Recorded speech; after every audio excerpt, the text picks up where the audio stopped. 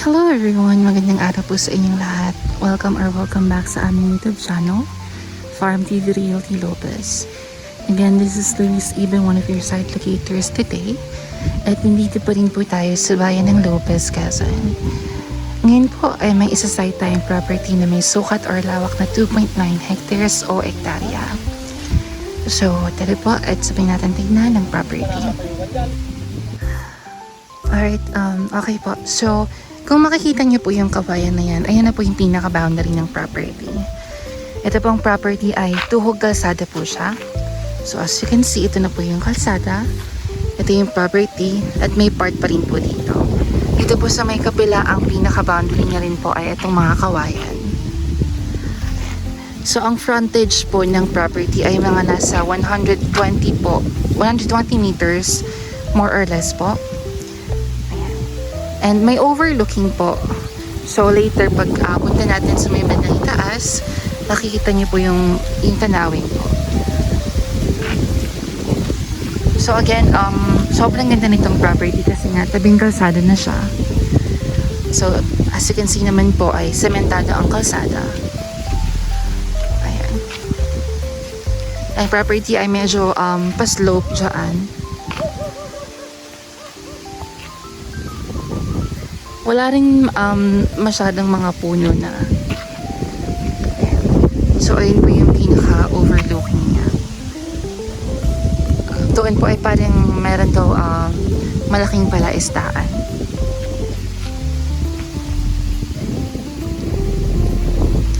So dito sa part nito, ayan, kung makikita niyo may mga nyog. Puno ng nyog.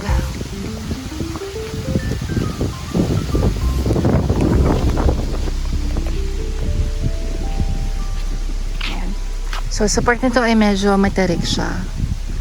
Kaya hindi ko na siguro mabababa sa ngayon.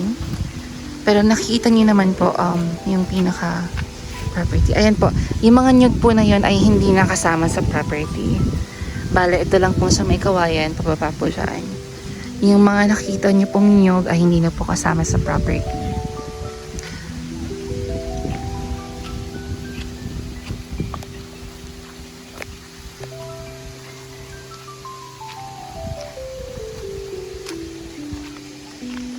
Ayan po. Kung makikita nyo, ayun. Di ba, para siyang, mukha siyang dagat actually. Pero ayun daw po ay parang malaking palaisdaan. So maganda siya tingnan sa personal.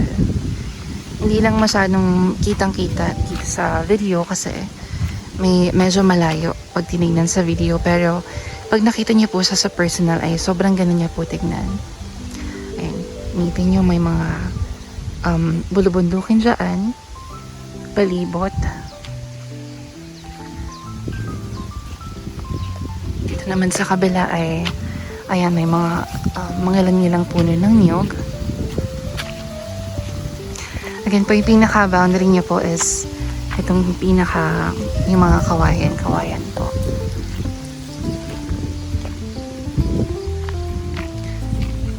Sobrang dali lang ng access niya talaga kasi nga sementado na ang kalsada. So hindi kayo mahihirapan kung kayo ay naka 4 wheels, naka motor lang, kayang-kaya puntahan ito.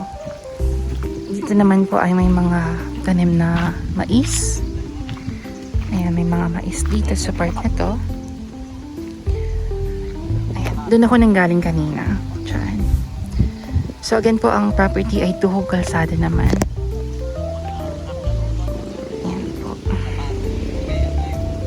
May mga sitaw yata. O, sitaw.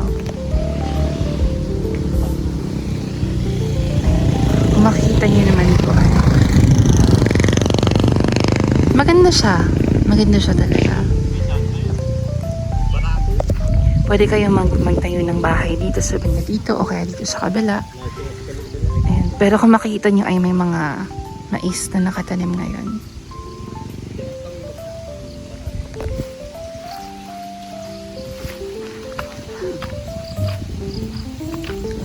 Sa kabila.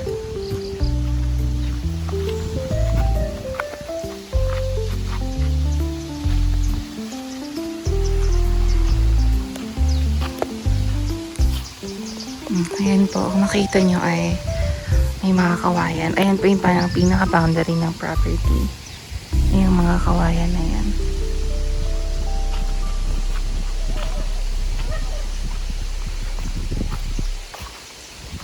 Actually, maganda magtayo ng bahay dito kasi nga tabing kalsada siya. At saka hindi siya for clearing na kasi nga wala rin makayo i-clear.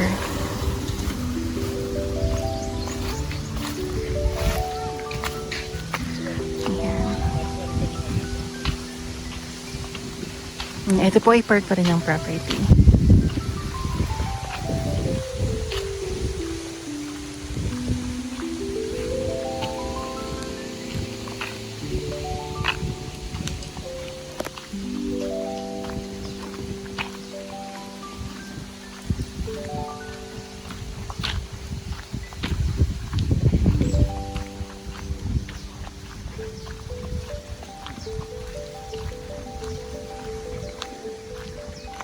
Nay, hanggang saan to? Okay, hanggang din pa daw ang property. So, pupuntahan natin na property. Ayun, ang property ay pahaba. Doon kami nanggaling kanina sa may pababa pa doon. Ayan. Ayan, makita pa rin dito yung ano, yung magandang scenery.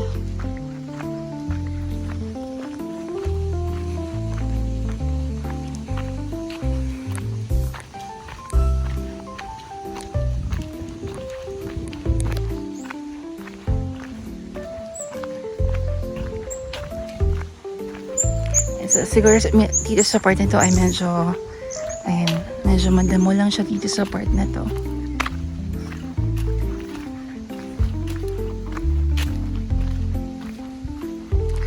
Ito ay mahogany. May puno ng mahogany. Parang mga nasa ilang peraso lang din.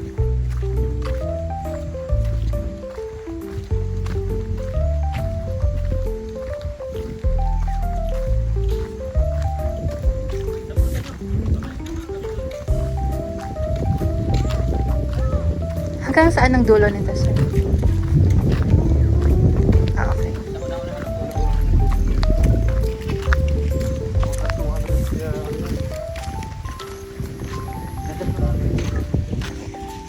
So, sabi ko kanina ay mga nasa more or less 120 meters.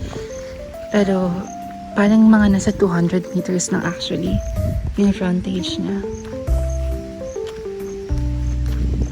Ayan, sa part nito ay medyo madamo pa rin siya. Nandun pa rin yung overview, yung view. Ayan, kung makikita nyo naman. So, maganda talaga siya. Ito, may kubo pa siya, oh.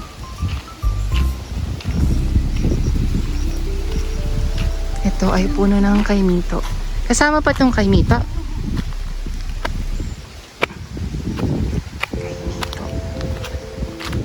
At saka itong mahogany.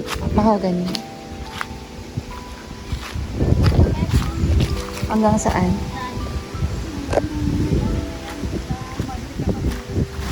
Ito? So, yung pinakababa niyo nakasama. Yung pinakababa man kasama pa na. Hindi, yun dito. Yan, yung dito.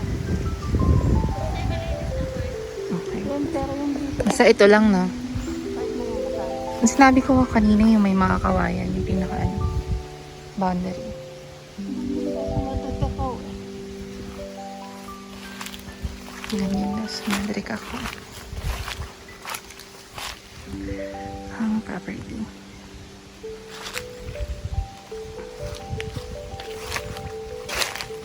Ito ay kainito.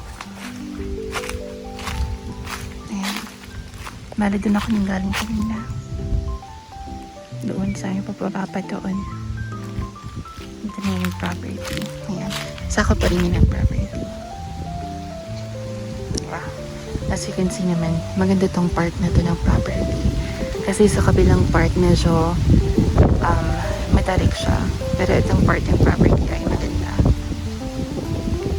Tsaka malinis na. Ayan. Pa rin dito yung overview.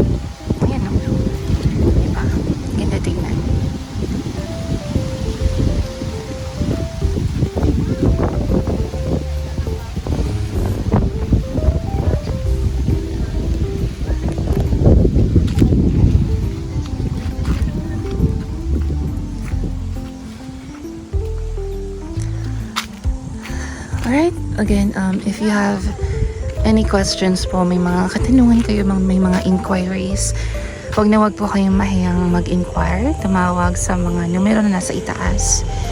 Again, maraming salamat po sa patuloy na panonood sa aming mga vlogs. Again, this is Luis Ibe, one of your site locators today. See you on our next vlogs po. Thank you so much and bye for now.